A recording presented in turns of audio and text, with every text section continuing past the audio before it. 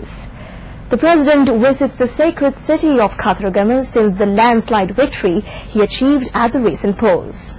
This is the first time that the President reached the city after the election victory.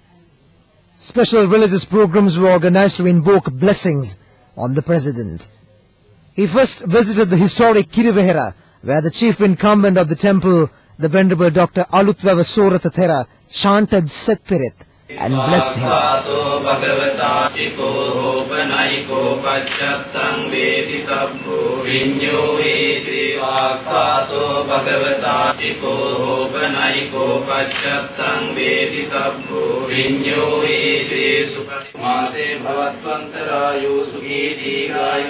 Thereafter the President visited the Devala and participated in religious observances. After a visit to the Tissamaharama Vihara, the President received the blessings of its chief incumbent, the Venerable Devalegama Dharmasena Thera. Ministers Chamal Rajapaksa and Jagat Pushpakumara and the Khattargaon Basanayaka Nilame and Chief Minister Shashindra Rajapaksa were present on this occasion. More information is bared on the bid to assassinate the President during the election period.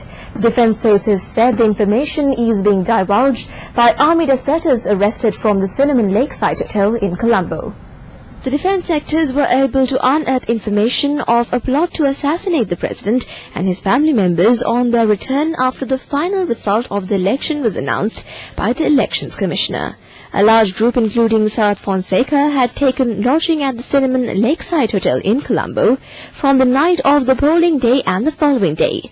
Among them were army deserters and retired military personnel. Top leaders of the opposition and the parliamentarians frequented the hotel during this period. According to defense sources, there had been plans to attack a group, including the President, at several places with the help of army deserters who had taken lodging within the hotel. Army deserters arrested with weapons from the hotel are now divulging information in this respect. Meanwhile, there is also information that a group of media personnel had remained within the hotel during the night. Their intention was to bring a live telecast from opposite the Cinnamon Lakeside Hotel using the Rupavahini Corporation vehicle on the ordeal, including the President's assassination if Sarath Fonseca triumphed at the polls. Officers who served as political party members during the presidential election breaching military discipline will be sent on mandatory retirement. The Media Center for National Security in a statement said that there is confirmation that several military officers had served as political party members during and after the elections. Accordingly, initiatives have been taken to send them on retirement regardless of their ranks. Maintaining discipline within the security forces is an important factor. Politicizing the armed forces should be prevented. Retaining the officers who had interfered in the political activities during their service period will have a direct impact on the country's security. Accordingly, Director General of the Media Center for National Security, Lakshman Hulagalla, said they had to take a decision in respect of these officers. However, all military officers who will be sent on mandatory retirement will be entitled to their retirement privileges. Today's Devayani newspaper in its editorial had called on the Elections Commissioner to reveal the truth without fear. The editorial emphasized that it is only the Elections Commissioner who can make a proper response to allegations leveled by the opposition on the results of the presidential election. He should tell the nation whether there were any malpractices and whether he was detained by the government. The editorial refers to three main accusations made by the opposition. One was the statement made by the UNP General Secretary that the computerized results had been manipulated. The other allegation is that the speech made by the Elections Commissioner on the release of the final result indicates that there had been a mystery. Somavan Chamarasinghe and Anura Dissanayake of the JVP had said that the election result will not be accepted. An email and SMS campaign was launched to take these allegations to the world. The opposition leader immediately after the final result publicly announced that he accepted it. Can there be a fraud when the counting took place in the presence of hundreds of international monitors, PAFRL and all party representatives? Doubts may arise if a fraud involving about 400,000 to 500,000 votes had taken place. However, the Diva in editorial queries whether 1.8 million votes can be rigged. Meanwhile, the Elections Commissioner clearly pointed out the counting of votes and the issue of results that had taken place in a systematic manner. Still on local news, more world leaders and organizations have congratulated the president on his victory at the elections. The European Union, in a greetings message, said that it will continue to extend support to the president in the future. It announced to work in cooperation in the future. Japan said it was delighted that the president has been re-elected. It pledged maximum support to the president's future programs. Meanwhile, Chinese President Hu Jintao pointed out that he was satisfied to note the president's victory at the elections. He said it will be an encouragement to further consolidate the close ties between the two countries. Korean President Lee Myung-bak has also extended his warm greetings to President Rajapaksa. He pledged his support for the president to realize all his efforts to bring peace, prosperity and development to Sri Lanka. Bhutanese Prime Minister Jigme Thene has sent his as well as the greetings of the Bhutanese government.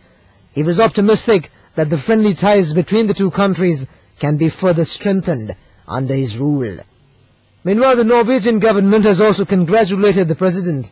Norwegian Minister Erik Solheim assured continued support for Sri Lanka's development. Earlier, the president received greetings from the United States, India and many countries, as well as the UN Secretary General. The government has announced that organizational activities in relation to the general election will kick off from next week.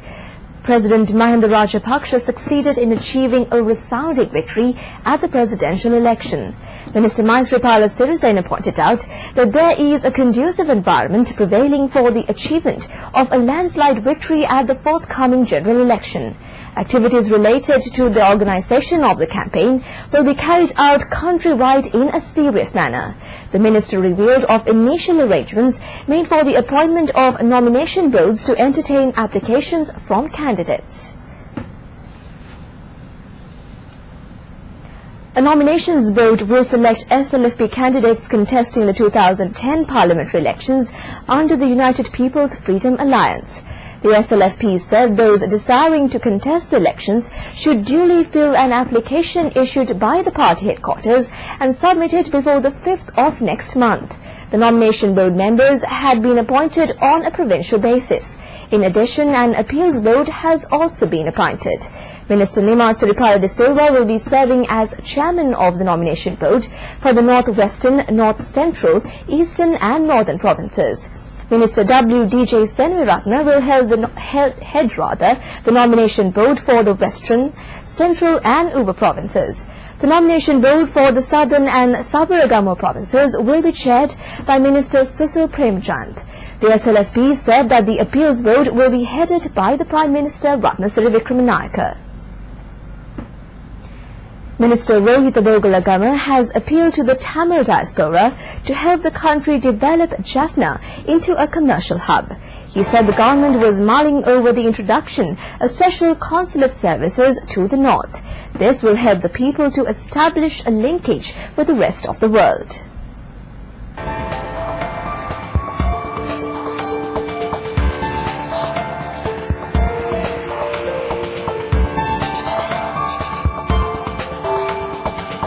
Minister Rohith Bogalagama, during a visit to Jaffna, said the measure would help the northerners to be in touch with the rest of the world and thereby help them to maintain links with their kith and kin. It would also help the diaspora and other businessmen to get information on various investment opportunities in the area. The minister had a special discussion at the Jaffna Library Auditorium in this respect.